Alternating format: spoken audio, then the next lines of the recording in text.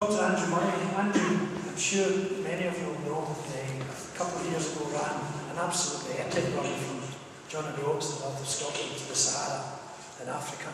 Incredible. There's a book, there's been a TV programme about that.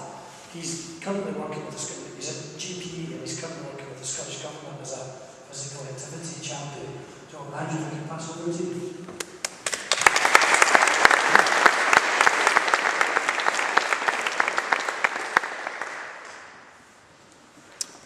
Thanks very much for that, Ian, and it was great to hear these other talks and very inspiring also.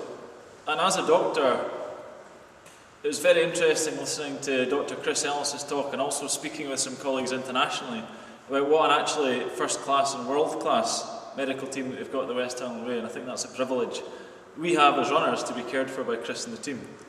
So I'll get that out of the way. My disclaimer is that this is based on my opinions and based on a bit of science, but there's a lot of guys here that have done 10 West Highland Ways or have experience of various other runs. I've only done one. So this is far from being the gospel. This is just what I think and based on my experience as a doctor and reading a wee bit about it. So take what I say with a bit of a pinch of salt. Listen to other people such as Ian and Adrian and all the other guys out here. And hopefully if there's a few things that stick, then so much the better. But also, don't be a slave to this. Eat what you like. Genuinely. I've been to Kinlochleven and had a fish supper there, and it went down an absolute treat. It wasn't the right thing to eat, but I loved it, and that's maybe what got me to the finish. So we don't need to be a slave to this. This is basically what the textbooks would say, but it's open to interpretation. So, my background is a sports and exercise medicine doctor. I also work as a GP, and I've worked at several ultras all over the world. And we've done a lot of research into this, most noticeably a big endurance race in Spain. So these are the findings from this, and also the findings from the International Marathon medical directors, and also from sitting around and talking about things in the pub with guys such as yourselves. Why is this being talked about today? The reason that it is it's actually extremely important. Studies have shown that if you eat correctly, then basically you can get a 50% improvement to performance than if you ate just an utter lot of nonsense and got it completely wrong. So it is quite important. Saying that, some folk are just amazing naturally, and they can turn up, eat a bag of crisps, maybe have an orange or two and get to the finish in A-probs, and that's because they're geniuses. So you will hear stories of folk that can do this, and fair play to them, they're far better than myself, and there are people that dedicate themselves to their nutrition and do a far better job of it than me as well. But essentially, this is a cheap and an easy way of getting your best results. So we can spend a lot of hours out in the trails, we can spend a lot of money on fancy trainers and so on, and that's all great as well and part of the picture. But paying attention to your nutrition, especially the days before and during the race, will get you results. There's almost no doubt about that, and science backs that up. Essentially it is a mix between science and common sense. This is especially important because this is not a 10k race in Duthie Park or whatever. Any run that you put yourself in the start line is important, and I think that it's as difficult as you make it. So if I go out and do a 10k and run extremely hard, then I'll be completely knackered by the end of it. But there's no doubt that if you start at the West Highland Way at Milngavie and you finish in Fort William, you're going to be completely brutalised. And it's a challenge.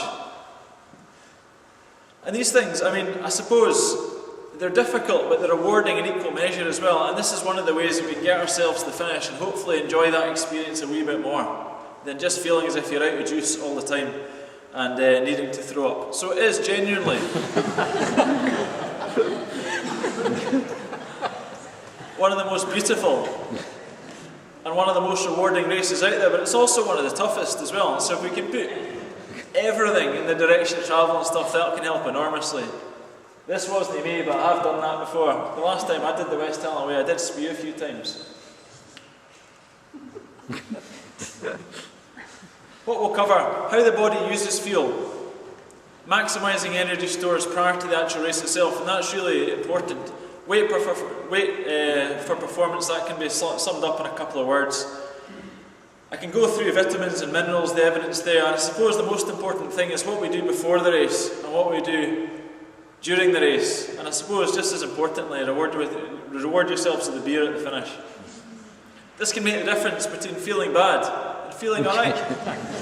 This boy's 100 and he can do a marathon, so there's no excuses for us, is there? So I quite like that shirt as well, Seeks in the City, class.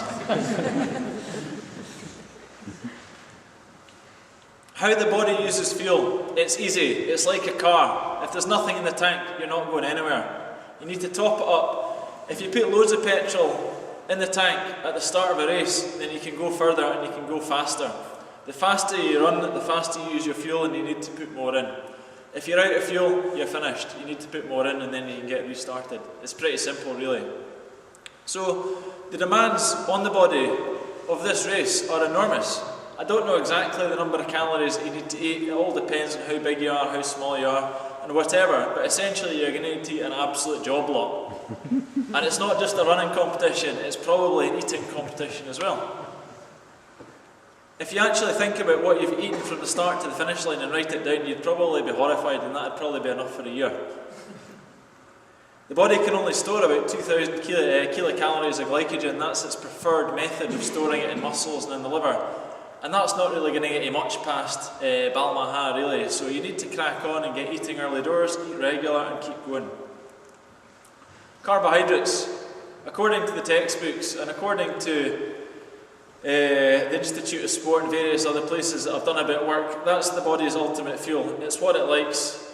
You can store it, but it is limited and it needs replaced. And especially for sustained endurance, you can't do without it, really. So it's all these sort of good things, but we can go through some of the practicalities, and it'll be good to get a bit of Q&A on this after, and just hearing other people's opinions and tips, because I certainly would like to pick up some things as to what I can eat, because I get bored of eating jelly babies all the time. So carbohydrates are these. It's your fruits, it's your sweets, it's your yogurt, rice, bread, any of these things, it's all good. Get it down you. Maximising energy stores. Quite useful if you've been out for a long run to practice what you're going to do for the actual race itself. So if you're going to eat jelly babies, if you're going to eat jam sandwiches, take them out with you and get it down your neck. Check that your body is getting used to it. Again, it's important if you have done a long training run to replace what you've used. So eat loads, eat plenty of carbohydrate, and also eat plenty of protein, because that repairs your muscles, which you'll undoubtedly have trashed having run 50 miles or whatever you're doing. Also, before the actual day of the race, it's really important to ram your body full of as much fuel as possible. That's pretty much a delicious proposition. It's an invitation to a buffet. Fire in, eat as much as you can. And that's probably just as important as the race itself. The few hours that night before that you're in, somewhere nice, eating pasta or bread or eating rice, eating starches, that's really important. That'll set you up for the next day, and it's really important. So try not to forget it. If you taper your training, then you avoid depleting your stores as well. So I wouldn't go running a great amount before the race, and that's one of the reasons for it. So wait for performance. Essentially, light athletes tend to do better. They develop fewer injuries, and they don't get problems with overheating and stuff such as that. I'm unaware of any races that Pavarotti's won, but I do stand corrected. I doubt he'll add to his tally now, though.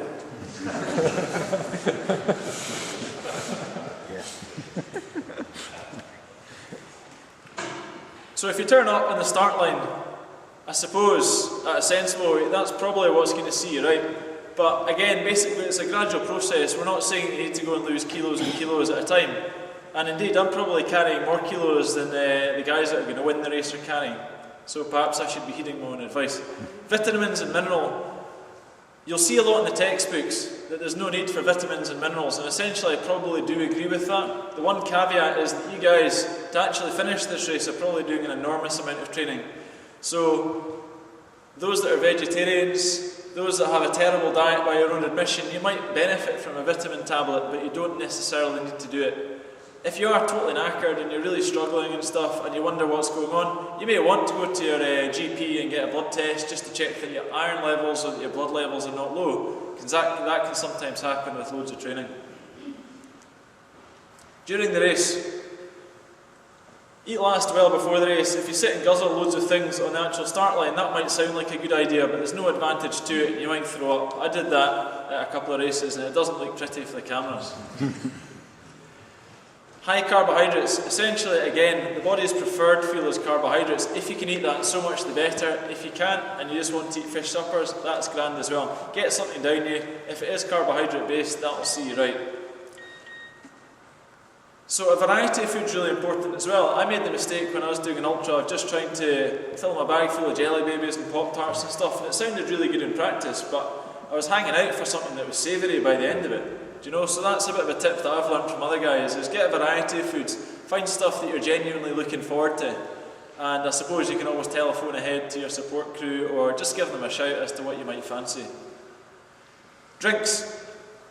Drinks are an easy way to get some carbohydrates and to get some fuel into your body, so that can be in the form of Coca-Cola, Red Bull, things like that. There's loads of commercially available energy drinks, and things like yogurts and chocolate milkshakes are probably just as good, and it's a cheap way of getting energy in. Everyone's got their favourites. Jelly babies are great. Energy gels, pretzels, bananas, bars, noodles, rice, custard, creamed rice. I'm just listing food tiers, eh? You can have a look at the back of the packet and just say, is this carbohydrate or not? If it is, super duper. If it's not, then you can still consider it if you like it. During the race as well, it is really difficult. And the role of the support crew are absolutely vital in this as well. If you encourage your runner to eat, that's a really good thing, and it might sound like nagging, but it is sorting them out, and they'll thank you the next year, I can guarantee it. So that's a really vital function of the support crew, I would say. It's amazing actually, if you do the West Island way, you get offered all sorts of things by other people's support crews. I think I got offered a hot dog, a banana, a beer, and stuff like that. It's all really good. Caffeine. A lot of people ask about this. There is a performance advantage to caffeine. If you're completely knackered, it does two things. It increases your ability to fat burn, and it's a mental stimulant as well. So the effect of it is lost, so you are better to some degree saving it for when you're really struggling. So I usually take a couple of gels in the middle of the night, or perhaps with 20 Ks to go or something such as that, and that can help. So there is a performance advantage to it, but if you take too much, you'll go completely mad and you'll feel really jumpy. Fluids. I completely agree with what Dr. Ellis was saying. The best advice. Essentially, the world is split into two on this. There's those that know what they're doing, and there's the Americans.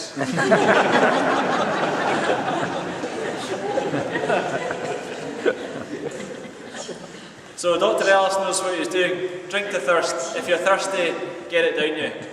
If you're not thirsty, you're probably alright, because the last thing you want to do is to be waterlogged with too much water. That's a one-way ticket to a hospital. But if you are thirsty, don't worry about it, that's fine.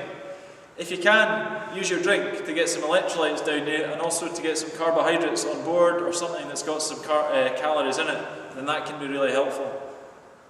Again, towards the end of the race, a Coke or a Red Bull, something that's got some caffeine and some calories in it, can be quite helpful. Recovery. We all know that we're probably not going to do this at the end of the West Island Way. We'll probably all sit and have a beer and wait for other folk to come in and say, fair play, I've been through that, I'm really proud of what I've achieved, and it's great to see other people finishing as well. I genuinely hope I'm in a position that I can sit at the finish and someone else is coming in behind me, even if it's just one.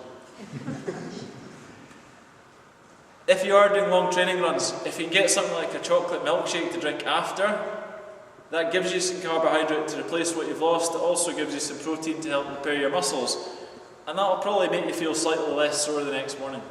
That can help a lot. So a chocolate milkshake, a Rego recovery drink, any of this stuff, it's all good. Eat and drink plenty before you go out in the beers as well. We're not saying you have to live in a monastery and stuff, but if you can at least get some food and eat that prior to having a beer or two, that can help. That's a bit of a gallop through it.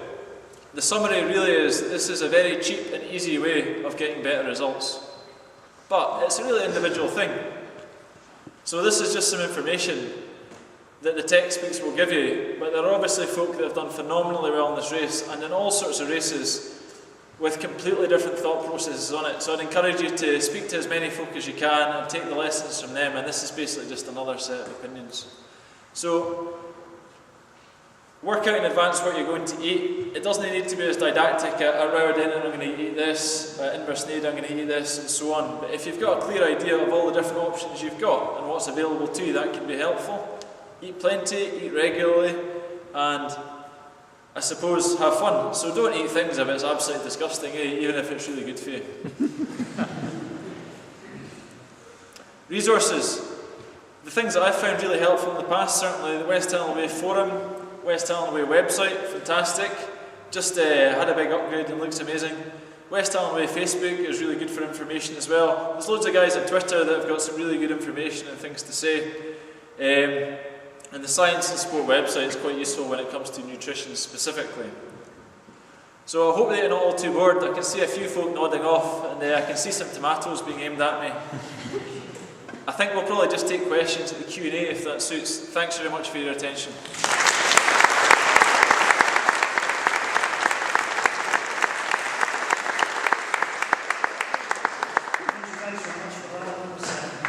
Really interesting, hopefully lots to think about there, lots to consider. I think if we can move to the